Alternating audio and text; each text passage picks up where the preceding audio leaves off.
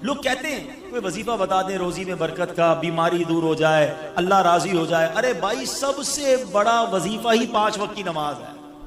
وہ پڑھتے نہیں، باقی وظیفے پوچھ رہے ہو ہیں؟ یقین کریں، احادیث میں مضمون ملتا ہے، نماز سے روزی میں برکت ہوتی ہے، نماز بیماریوں کو دور کر دیتی ہے، نماز اندھیری قبر کا چراغ ہے، نماز آپ کی طبیعت کو حشاش بشاش پوچھے رہے۔ نماز اچھا جو ماشاءاللہ نمازی مجھے دیکھ رہے ہیں، سن رہے ہیں، آپ جب بھی وضو کرتے ہیں بتائیں کتنا ٹینشن ریلیز ہو جاتا ہے، بندہ نیا ہو جاتا ہے، کاروبار کام کاج سے اٹھ کر تھکا ہوا ہے، وضو کرے، نماز پڑھے، اس کے بعد لگتا ہے نئی انرجی آ گئی، اتنا فریش کر دیتی ہے نماز۔ نماز پڑھے تو نا۔ نمبر 1، کسی صورت نماز قضا نہیں ہونی چاہیے، مسجدوں میں آیا کرو۔ ہاں، کہا جاتا ہے کہ ایک جگہ پر ڈاکوؤں کی ایک ٹیم نے کسی مالدار شخص کو لوٹا، اس کے گھر میں گھس گئے۔ جیسے ہی گھر میں گھسے تو اس شخص کی آنکھ بھی کھل گئی، اس نے شور مچا دیا۔ تو جیسے ہی شور مچ گیا تو ڈاکو بھاگنے لگ گئے، تو محلے والے بھی ان کو پکڑنے کے لیے پیچھے بھاگنے لگ گئے۔ وہ ڈاکوؤں کی جو ٹیم تھی وہ آگے آگے، محلے والے چور چور کہہ کے پیچھے بھاگتے رہے۔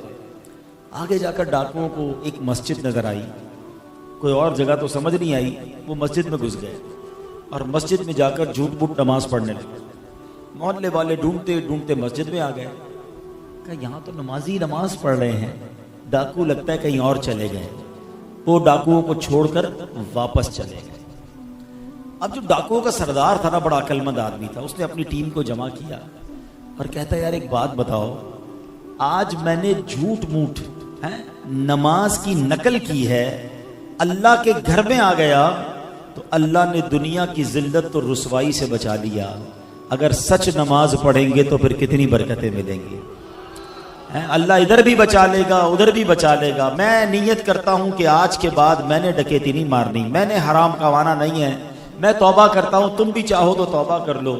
اس کے چیلوں نے کہا ہماری ڈکیتی میں بھی آپ سردار تھے، اب جب توبہ آپ کر رہے ہیں تو توبہ میں بھی ہم آپ کے ساتھ ہیں۔ سب نے توبہ کر لی، اللہ کی بارگاہ میں رجوع لائے اور نیک نمازی بن گئے۔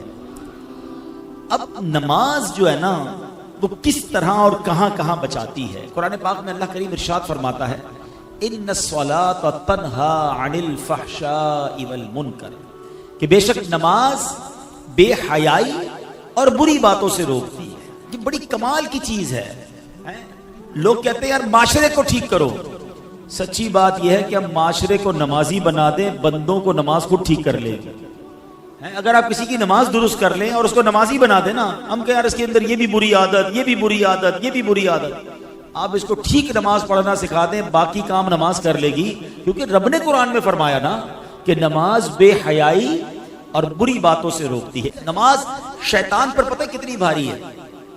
شیطان جب نماز فرض ہوئی نا تو شیطان رونے لگا، تو اس کے شاگرد جمع ہو گئے اور رونے دھونے کی وجہ پوچھی تو کہتا ہے اللہ کریم نے مسلمانوں پر نماز فرض کر دی ہے۔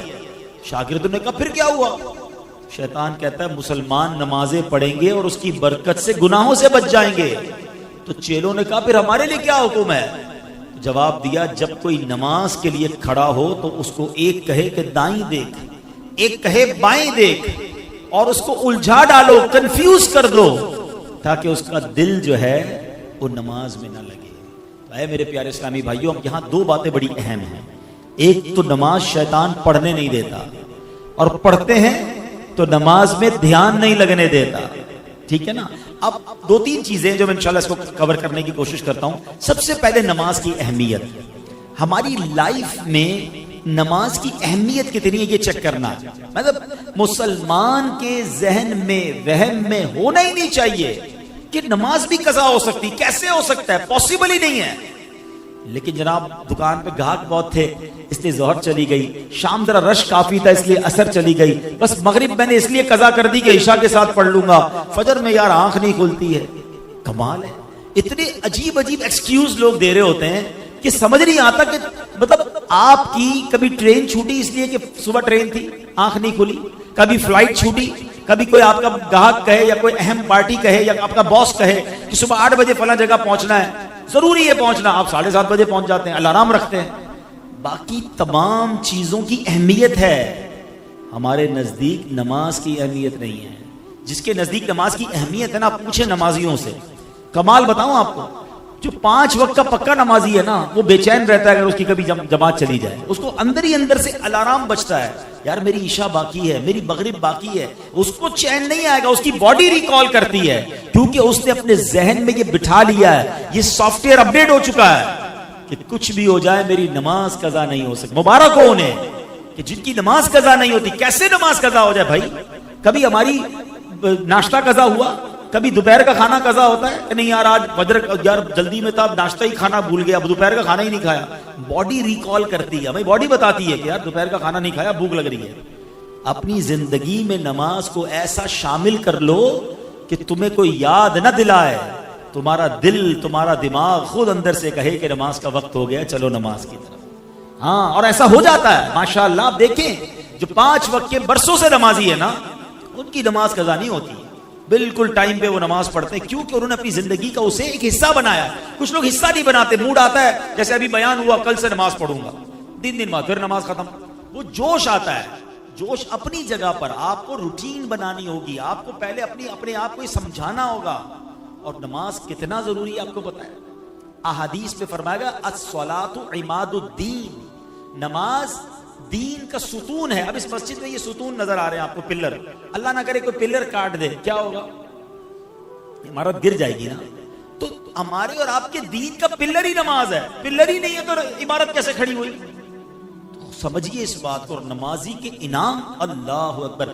اچھا پھر کچھ لوگ پتہ کیا کہتے ہیں, یار میں مسجد میں نہیں جا سکتا, بڑا بیزی ہوتا ہوں. ارے میری اور آپ کی کیا اوقات ہے, مسجد میں نہیں آ سکتے. اللہ جسے بلاتا ہے وہی اللہ کے گھر میں آتا ہے. مجھے ایک بات بتاؤ نا, آپ کے گھر میں آپ کی بغیر اجازت کوئی آ سکتا ہے؟ گھنٹی بجائے میں آپ کے گھر میں آنا چاہتا ہوں, آپ کہیں گے کون ہے بھائی, میں تو نہیں جانتا, میں نے بلایا تو نہیں آپ کو. ایسا ہی ہے نا, میرے اور آپ کے گھر میں کوئی بغیر اجازت نہیں آ سکتا, اور اللہ کے گھر میں ایسے ہی منہ اٹھا کر آ جائے گا. جو نہیں آتا نا وہ اللہ سے معافی مانگے. ہمارے ایسا ہوتا ہے کہ دکاندار, دکان کا مالک مسجد میں نہیں آتا اور اس دکان پر کام کرنے والا 5 ٹائم مسجد میں جاتا ہے. اللہ سے معافی مانگو کہ اللہ میں نے ایسا جرم کیا کر دیا, اس کو 5 ٹائم بلاتا ہے, مجھے 1 ٹائم نہیں بلاتا, یہ میرا قصور ہے, اللہ ناراض ہو گیا ہے. کہیں ایسا تو نہیں کہ رب ناراض ہو گیا. معافی مانگا کرو اور جایا کرو مسجد میں. خوش نصیب ہیں جو روز مسجد میں آتے ہیں. اور ایک اور مزے کی بات بتاؤں, مسجد کس کا گھر ہے ذرا بتائیے. آپ کے گھر مہمان آتا ہے, آپ کی کیا تمنا ہوتی ہے؟ میرا مہمان خوش ہو کر جائے, راضی ہو کر جائے. تو کریم کے گھر میں آؤ گے تو وہ ویسے ہی واپس لوٹا دے گا, وہ تمہیں خوش کر کے لوٹائے گا, جھولیاں بھر کے لوٹائے گا. پھر ایک اور پرابلم, مسجد میں جاتے بھی ہیں تو مسجد کا ادب ہی نہیں ہے. جیسا منہ آیا ہے, جیسے کپڑے پسینے والے میل والے ویسے ہی لے کر چلے گئے مسجد میں. یہ نہ کریں. کسی سیٹ کے گھر پہ جاتے ہو ایسے کپڑے پہن کر, کسی دعوت میں جاتے ہیں اور تیار ہو کر پرفیوم لگا کر اچھے کپڑے استری کر کے, اللہ کے گھر میں جیسے ہی منہ اٹھایا گیا, نہ کرو. مسجد کا اکرام کرو, منہ بھی صاف ہو, لباس بھی صاف ہو, اہتمام کریں. آپ کہیں کیا کریں جناب, جاب کرتے ہیں کپڑے میلے ہو جاتے ہیں, ایک سوٹ رکھ لیں الگ سے, نماز کے وقت پہنے اسے. بزرگوں نے نماز کے لیے الگ لباس رکھے ہوئے تھے, خوشبو لگاتے تھے. اہتمام کرو گے نا, جتنا مسجد کا ادب کرو گے اتنا نوازے جاؤ گے. تیسری بات, مسجد میں آ کر بھاگا نہ کرو, جلدی نہ مچایا کرو. یہ بھی بڑا پرابلم ہے. علماء نے بڑی پیاری مثال دی ہے کہ مومن کی مثال مسجد میں ایسی ہوتی ہے جیسے مچھلی پانی کے اندر ہوتی ہے, کیسے پرسکون ہوتی ہے پانی کے اندر. اور منافق کی مثال جیسے مچھلی پانی کے باہر ہوتی ہے. اب اپنے دل سے پوچھ لو, ہم جب مسجد میں آتے ہیں ہمارے دل کی کیفیت کیا ہوتی ہے؟ یار جلدی ختم ہو جائے بس, کسی طرح لیٹ ہو رہا ہے یار. ابھی تک امام صاحب کبھی 2 منٹ نماز لمبی کر دے تو لوگ نمازی امام صاحب کو پکڑ لیتے ہیں, حضرت آپ نے 2 منٹ زیادہ لے لیے, 1 منٹ دعا لمبی کرا دی. اللہ کے بندے, تجھے 2-3 منٹ اللہ کے گھر میں بیٹھ کر پرابلم ہو رہی ہے. اچھا یہی اعتراض کرنے والا بار پان کی دکان پہ آدھا گھنٹہ کھڑا رہ جائے گا, اس کو وہاں پرابلم نہیں ہے. یہاں پرابلم ہے کہ 3 منٹ زیادہ کیوں, امام صاحب 1 منٹ لیٹ کیوں, اور درود پڑھ لیتا ہے 1 منٹ. بھائی اللہ کے گھر میں بے سکونی کیسی؟ اپنے دل سے پوچھو کہ میں اللہ کے گھر میں جاتا ہوں تو بے چینی کیوں ہوتی ہے. دل کا علاج کرو, سکون سے بیٹھا کرو. دنیا میں کوئی بڑا سیٹ صاحب ہمیں بلائے, بہت بڑا آدمی, اور ہمیں کہے کہ بھائی 5 منٹ کے لیے آپ کا ٹائم ہے, ہم چلے جائیں, اور 10 منٹ بٹھا لے. ہم باہر آ کے کہتے ہیں یار مجھے تو 10 منٹ بٹھایا ہے, مجھے 5 منٹ 15 منٹ ایکسٹرا ٹائم مل گیا. تمہیں دنیا والا 10 منٹ زیادہ بٹھائے تم خوش ہوتے ہو, اللہ کے گھر میں 5 منٹ زیادہ بیٹھنے کے لیے تیار نہیں ہوتے ہو. یہ نہ کیا کرو, بیٹھا کرو. میں آپ کو اور مشورہ دیتا ہوں, ہم سارے ہی پریشان ہیں جتنے بیٹھے ہیں، سب کے ساتھ کوئی نہ کوئی کہانی ہے. کوئی بیمار ہوگا، کوئی قرضے میں ہوگا، کسی کے روزگار کے مسئلے، کوئی اولاد کی پرابلم میں. ساری دنیا میں پرابلمز ہی ہیں نا. مسجد میں آیا کرو، نماز ختم بھی ہو جائے کرے نا، دعا بھی ہو جائے، پھر بھی بیٹھا کرو 2-4 منٹ اکیلے میں بیٹھ جائے بس، پھر اللہ سے باتیں کیا کرو. ہاں مزے کی بات بتاؤں، دنیا کائنات میں بڑے لوگوں سے بات آسان نہیں ہے. کسی سے فون کرو تو نمبر ہی نہیں ملتا بڑے آدمی کا، اٹھاتا ہی نہیں کوئی فون ہمارا. بیچ میں سیکرٹری ہوتا ہے، صاحب بیزی ہیں، اچھا بات کرنی ہے 3 دن بعد، اتنے بجے کال کرنا، 5 منٹ کی کال. بڑے آدمی سے بات کرنا اتنا مشکل. آؤ میں بتاتا ہوں، جس نے کائنات بنائی ہے نا، اس سے بات کرنے کا کوئی پرابلم نہیں ہے. جتنی بات کرنی ہے بات کرو. ہاں اللہ دل کی بات بھی سنتا ہے. تمہاری زبان میں بات کرو نا، کوئی ٹرانسلیٹر ضروری نہیں ہے. بات پتہ ہے کیسے ہوگی؟ ٹیلی فون ڈائل کیسے ہوتا ہے؟ مولا علی فرماتے ہیں کہ جب میرا جی چاہتا ہے رب مجھ سے بات کرے، میں قرآن پڑھنے لگ جاتا ہوں، اور جب جی چاہتا ہے میں رب سے بات کروں تو میں دعا کرنے لگ جاتا ہوں. یہ جو دعا ہے نا، ہاتھ اٹھانا، یہ ڈائریکٹ ڈائلنگ ہے. بس اب آپ بولتے جائیں. آپ نے ہاتھ اٹھائے، بلکہ ہاتھ بھی اٹھانا دعا کے لیے ضروری نہیں، ادب ہے. نہ بھی اٹھائیں، اب سر جھکا کے بیٹھے اللہ سے باتیں کرو نا. وہ دل کے حال بھی جانتا ہے. کہو نا اس سے میں بیمار ہوں، کہو نا اس سے میں پریشان ہوں، کہو نا مالک میں پھنس گیا ہوں. اللہ سے بات نہیں کرتے، رب کے سامنے نہیں جاتے، سب کے سامنے جاتے ہو. سارے محلے کو بتاتے ہو یہ پرابلم، یہ پریشانی، کاروبار ڈاؤن، مارکیٹ اپ ڈاؤن. وہ کیا کر لے گا بھائی؟ میں تو جس کی بارگاہ میں سر جھکانے کا کہہ رہا ہوں وہ حل المشکلات ہے، وہ مسبب الاسباب ہے، وہ مشکلوں کو دور کرنے والا ہے. ہمارے پاس ہی وقت نہیں ہے اس سے بات کرنے کے لیے. نماز پڑھا کرو، مسجدوں میں آیا کرو، وقت بتایا کرو، اللہ سے باتیں کیا کرو، پھر دیکھو وہ کریم کیسے تمہاری مشکل دور کرتا ہے. مجھے ایک بات بتائے نا، جب بھی میں اور آپ اپنی ماں کے پاس گئے کسی تکلیف کی وجہ سے، ماں نے کیا کیا تھا؟ سینے لگایا تھا نا، دعائیں دی تھی نا، جھٹکا تو نہیں تھا. تو ماں جب اتنا پیار کرتی ہے، ہم تکلیف میں جائیں تو وہ تو کئی ماؤں سے زیادہ پیار کرنے والا ہے نا. اس کو پکارو تو صحیح، اس سے مانگو تو صحیح، ہاتھ تو اٹھاؤ، دعا تو کرو، سر تو جھکاؤ. نمازیں قضا کرنے والا، مسجد سے دور بھاگنے والا کیسے امید کرتا ہے کہ اللہ میری دعا قبول فرمائے گا اور مجھ پر مشکلیں آسان فرمائے گا؟ ہم خود ہی رب سے بھاگے ہوئے. تو نماز سے دوستی، مسجد سے دوستی تھام لو، کسی صورت نماز قضا نہ ہو. اچھا میں نے ایک طرف تو نماز کے فضائل بیان کیے. نماز پتہ ہے کیسے کیسے فضائل ہیں؟ نماز کے بارے میں میرے آقا نے فرمایا جعلت قرۃ عینی فی الصلاۃ، نماز میں میری آنکھوں کی ٹھنڈک ہے. ہم کہتے ہیں غلامی رسول میں موت بھی قبول. جس کو موت قبول ہے اس کو نماز قبول کیوں نہیں ہے؟ پہلے تو نماز ہے نا، موت کی باری تو بعد میں آئے گی. خالی نعرے لگانے آتے ہیں. اور پھر سنو، سب سے بڑا انعام پتہ ہے نمازی کو کیا ملے گا؟ کہ بروز قیامت اس کو اللہ کریم کا دیدار نصیب ہو. رب کا دیدار آ رہا ہے نا، معراج کا مہینہ ہے نا، 27 رجب کو سب پھر سنیں گے انشاءاللہ آقا کی معراج کے واقعات. تو آقا کو تو معراج نصیب ہوئی، ہم گناہگاروں کے لیے بھی چانس ہے کہ جو نمازی ہوگا اللہ کریم قیامت کے بعد جنت میں اس کو اپنا دیدار عطا فرمائے. اب آپ کی مرضی ہے، اللہ کا دیدار کرنا ہے تو نمازیں پڑھو. اچھا لیکن ایسا نہیں کہ نماز آپشنل ہے، پڑھ لی تو پڑھ لی، نہیں پڑھی تو کوئی مسئلہ نہیں. نہیں جناب، سب سے بڑا گناہ، بڑے سے بڑے گناہوں کی جب بھی لسٹ آپ دیکھیں گے نا، کبیرہ گناہوں کی لسٹ، اس میں نماز نہ پڑھنا شامل ہوتا ہے. کہ کوئی شراب پیے، لوگ کہتے اوہو شراب پیتا ہے، اوہو یہ جواری ہے، یہ ہیروئنچی ہے، یہ فلاں غلط کام، بدکاری کرتا ہے. ٹھیک ہے یہ سارے گناہ ہیں، بڑے گناہ ہیں، مگر ان سب سے بڑا گناہ بے نمازی ہونا. اس کو کوئی نہیں بولتا بھی بے نمازی ہے، کیونکہ سارے بے نمازی ہیں، اکثر ہی بے نمازی ہیں. نہ کرو ایسا، اللہ شدید ناراض ہوتا ہے جو نماز نہیں پڑھتا. روایتوں میں آتا ہے کہ کوئی شخص ایک نماز جان بوجھ کر قضا کر دینا، اس کا نام جہنم کے اس دروازے پر لکھ دیا جاتا ہے جس سے وہ اس کو جہنم میں داخل کیا جائے. اب آپ سوچیں، ہمیں احساس ہی نہیں ہے نماز قضا ہو رہی، کوئی سر پہ بل بھی نہیں آتا، کوئی افسوس بھی نہیں کرتا کہ یار آج میری نماز قضا ہو گئی، ٹینشن ہی کوئی نہیں. حالانکہ یہ سخت گناہ. روایتوں میں آتا ہے کہ اللہ کریم جب کسی سے ناراض ہوگا اور بے نمازی قبر میں جائے گا تو اس کو قبر ایسے دبائے گی، میرے آقا نے انگلیاں ملا کر فرمایا کہ پسلیاں ٹوٹ پھوٹ کر ایک دوسرے میں پیوست ہو جائیں، دونوں طرف کی پسلیاں آپس میں مل جائیں گی، قبر ایسے دبا دے گی بے نمازی. خدا را نماز کسی صورت قضا نہیں ہوگی، نیت کریں انشاءاللہ.